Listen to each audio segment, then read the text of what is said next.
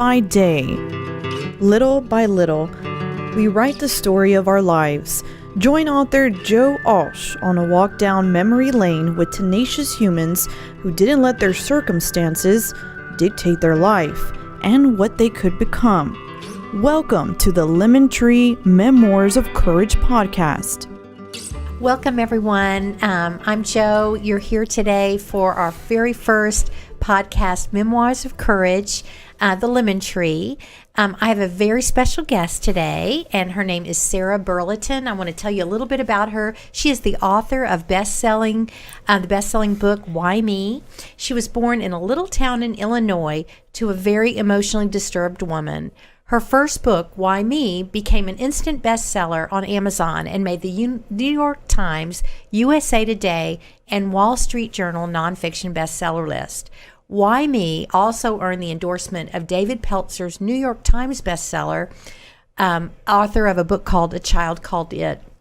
Sarah is the very first self-published nonfiction ebook author to make the New York Times bestseller list and spent an astonishing 26 weeks on the bestseller list. In a bid to spread the message of child abuse prevention, Sarah first partnered with Prevention Child Abuse Illinois and gave speeches and conducted workshops all over the state of Illinois.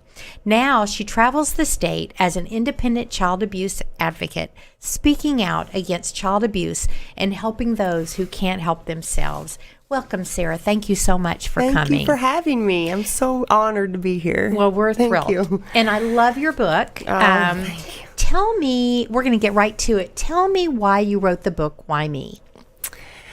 I wrote the book, Why Me? It was my way of dealing with the abuse I dealt with as a child. I had just had my own child. I had just let my mother kind of back into my life and out of my life. I was really struggling at that time, and I want to understand why I was hurt. I wanted to understand why my mom was a bad mom. I wanted to see if maybe I would turn into her from having a child. You know, I had my first child. I didn't know if I'd abuse my child. I didn't know what I was going to be like. So it was more of a exploration of myself and what happened to me in my past. And I know you wrote this story, and your story is amazing. Your book is amazing. It's a very quick read. In fact, I reread it last night just to prepare for today. It's one of those books you cannot put down. And what compelled you to actually publish? I know a lot of times people, therapists, counselors, school counselors say write it down, journal. Journal your feelings. But what gave you the courage to publish? Journaling is so important, and I think more and more people should do it. But for me, when I published it, I felt so good when I wrote the end. I felt so relieved and like, not that I had it figured out, but that I finally got my secret out. And I thought, this could help one person who maybe was 12 to 14 years old thinking about suicide or cutting themselves or starving themselves or dealing with abuse, who may read that and say, hey, there is a light at the end of the tunnel, and this isn't going to last forever, and the abuse isn't going to last forever. And I seriously just published it for that one person. So what is your target audience? So who did you write the book for?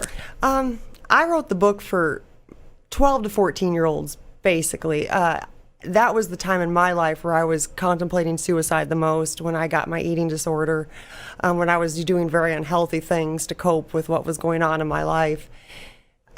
I think at that age, you could go either way. You could go bad or good. You could make horrible decisions because of your abuse, or you could move forward and make positive decisions. And I really would, that was my hope, was to reach kids of that age. I ended up reaching a lot more than just 12 to 14-year-olds, apparently. Well, and there are a lot of memoirs out there. And the memoirs, for me, that I love to read are those of people that have gone through that struggle and overcome. And you and I have talked. I grew up in a childhood that was very dark and very abusive as well.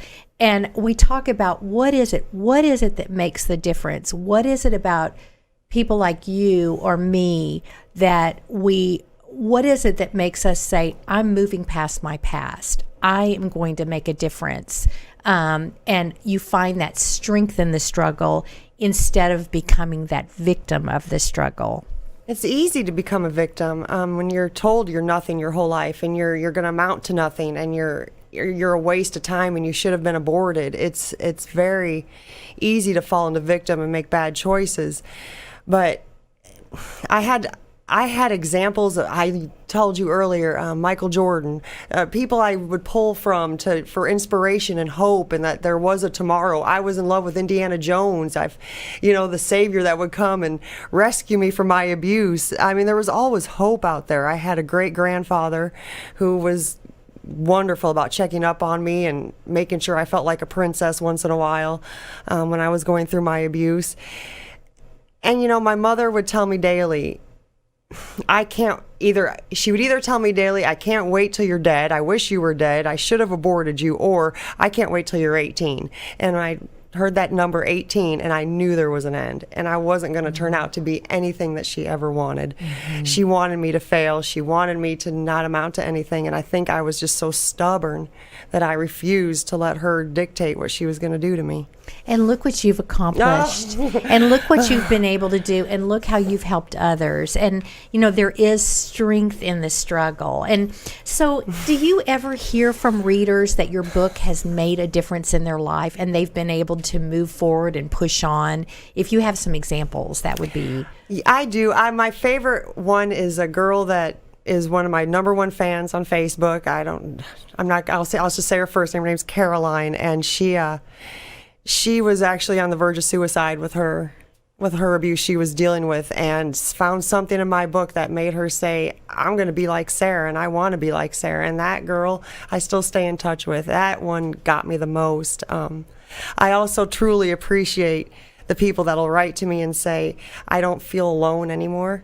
I don't feel like I'm the only one out there with a mom like this. I feel like somebody finally understands me. And then I also love the ones that say, I love my mom more because of what your mom was like. I realize my mom isn't that bad. And I love that. I love being able to bring people together based on my life. It's a beautiful thing. Well, and parents, we don't get a handbook when we have children. And in my mother's case, it wasn't a physical. It wasn't a physical abuse. She was just neglectful, and she should not have ever been a mother. She should have not have had children. Right. They were not in the genes. We loved her, but I had to grow to understand her and forgive her, and that's a tough question. But forgiveness. When were you able to forgive and let go? Forgiveness is a tough one. I wouldn't say I've truly forgiven her. I'm still hold a big chip on my shoulder because I've had to go through so much in my life. I mean, she missed everything. My graduating from high school, graduating from college, my kids, my first house, everything. She has not been there for. So yeah, there's a chip on my shoulder. But moving on, I'm a mother now, and I know what she did was so awful, but if anything, it taught me how not to be as a person and a parent. And I mean, I still make mistakes, but I'm not her. And that's how I've been able to move on a bit. Well, and for me, when I see children, because I was alone, I had no one to talk to. I felt so invisible and alone. And now, as an adult, and I am healthy and whole, and I've healed, but I'll see a child walking to school and maybe they don't have a coat on and it's cold. And right then I stop. I pray for them. I'm like, okay, you never know what's going on for that child. And so for me, I feel like I've got these special, invisible goggles that I can kind of see. I have this discernment when people are struggling and people are hurting. And there is strength in that struggle. What are you doing now? What are your goals now? Oh, my goals are to raise my children. That's a wow. I'm working on my 7th book. It's going to be the wrap up. I'm naming it Sarah with an H.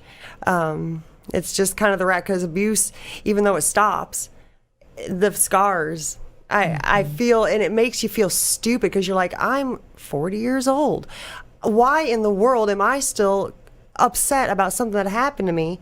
And I moved out when I was sick. Why am I still upset? But it hurts. And the flashbacks hurt and the triggers hurt and smelling things and hearing a certain song. And I remember that song from during a beating. And, I can remember that song playing in the background. Moving on is a hard thing. And I think in this final book, I'm going to truly discuss what it's like to be an adult survivor of child abuse, how it's just not over just because I wrote a book or I had kids or I grew up. It hurts every day. Well, and you never forget, but, there is a verse in the Bible that says, I will redeem the day. And I just see how your life, you have this wonderful relationship with your fiance, you've got wonderful children, a wonderful home, you've just been a success and just such a amazing inspiration to so many people. So I know you speak to foster kids. Tell me some things you say, and what kind of environment are you in do you speak in homes or? No, the biggest one where I speak with the kids, they're all in these special programs at different schools, and they're all bussed into one auditorium. And so I'll speak to them all at once. And these kids are the ones that are in the system that are being hurt, split parents. They just got taken. Some of them just got taken out of their home.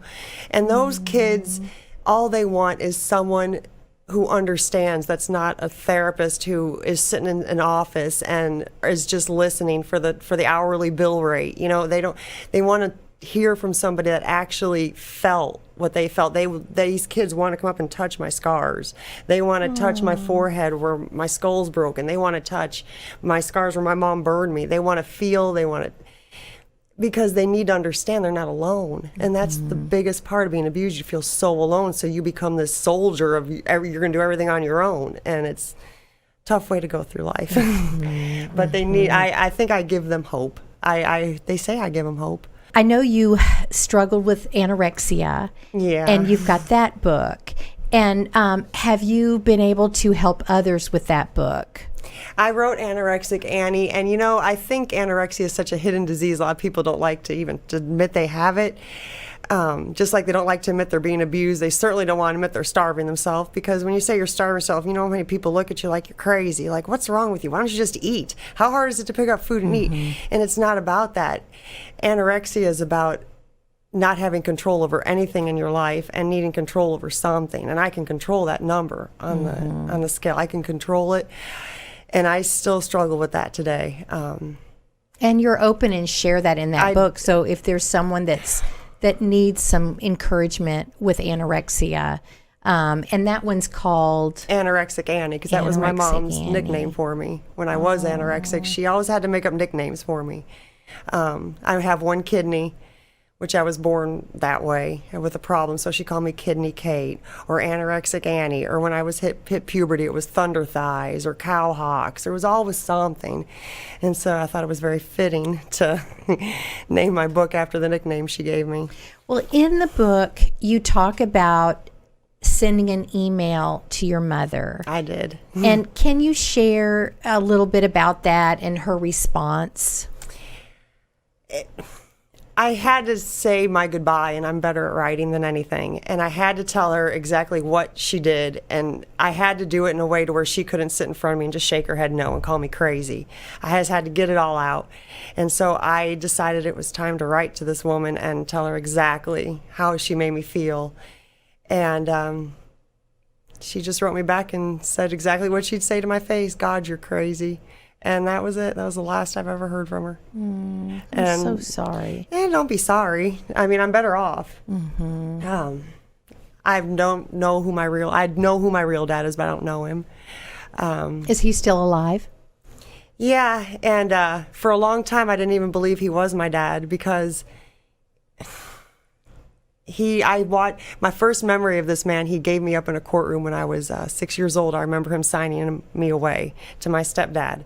I remember this man signing me away. And then when I turned 18, this man called me. He got a hold of me through my stepdad, and I got this phone call from this man who claimed he was my dad. I met him. He didn't seem anything like me. Didn't look like me. Wasn't me.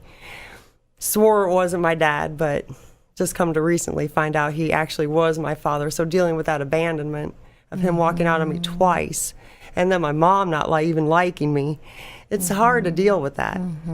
So that's pretty much what I'm going to be talking about too in my next book. is Well, your story, you have such courage, and to be able to talk about it. And I know it's easy to write. It's hard to talk about. is. It's easier to write it. So what could you say to someone that wants to write their story and just they say they want to write a book, they want to write their story and feel like they've got a message? How would you encourage that? They need to write like they're journaling. They need to write for themselves and not for a reader. I wish I could go back to before I published Why Me, and before I even knew about Amazon and all that happened, and the New York Times, before I knew about customer reviews, because I just wrote to write without caring really what people thought. Just the only biggest thing I was worried about was grammar and spelling and were my paragraphs right. I mean, I didn't care. I wasn't aware of all that, and I think that's why it's such a success, because I spoke to a reader instead of talking at them. I let them in and be authentic. Don't try to fluff up things. Don't try to make up stories or fill in spots. If you don't remember what happened, don't write it, or it's going to make your whole story inauthentic. And don't embellish. Right, don't just embellish. say it just like say it is. And if you don't think it's bad, it probably is. I didn't think my abuse was that bad. When I put it out there, I was kind of embarrassed, like, oh gosh, people are going to read this and be like, if you knew what my mama did to me. But the more people read, I guess But that was normal for you. Yeah. So you didn't know, you didn't have a Right. comparison. Back to your publishing. I know you self-published through Amazon, and you shared this story with me today. How quickly was it that you said you just looked at Amazon and there it was selling? So you self-published in October of 2011, is that right?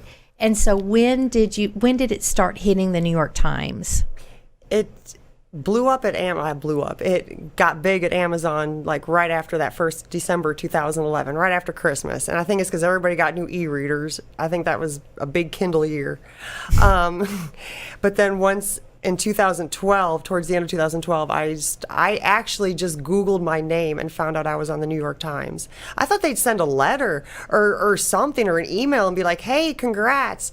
And no, I Googled my name and I said, no, I'm on the New York Times. And then 26 weeks, and that was with no marketing, no advertising, nothing. Just it was complete word of mouth. So I was so blessed and thankful. That's amazing. Well, I know we want to get your books and read your books, and I highly recommend Why Me. You can go on Amazon, and we're going to have a link and some information on how to buy that book and how to get my book. And but we are so thrilled that you came in. You've been amazing. And is there something you can share to just what is your goal? I know you're going to finish this book, but if you felt like, what is my purpose? What is Sarah's purpose? What would you say that is? If I had one thing I'd want to accomplish before I passed away one day, I would love a law to come on the books, and starting with my state. I don't know if they do it in Texas, but in Illinois they do sexual assault classes and for kids, like this is bad touching, this is good touching if somebody does this. But they don't talk about physical abuse or mental abuse, and that being told you're garbage and nothing is just as bad, if not worse, than getting touched. It's abuse is abuse, and I want, it's called Aaron's Law in my state, and that's where it started. And I would love a Sarah's Law, to where it's required in schools for kids to be taught that, hey, if your mom is calling you garbage, if your dad is yelling and screaming in your face, if you're getting hit and beat, it's not right.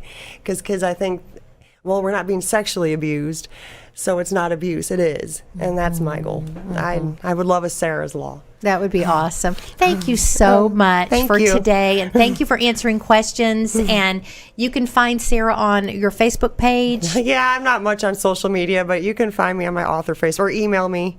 And please buy that book. It can make a difference. It might be able to, it might help someone that you know is hurting, or just help them understand that the past doesn't define you. Right. And there is a life out there, and just to move past that and do courageous things as you have. Thank you, Sarah, so much. Thank you, Joe. I love this. Thank was you. great. Thank you. Thank you for joining us on the Lemon Tree Memoirs of Courage podcast, hosted by author Joe Alsh.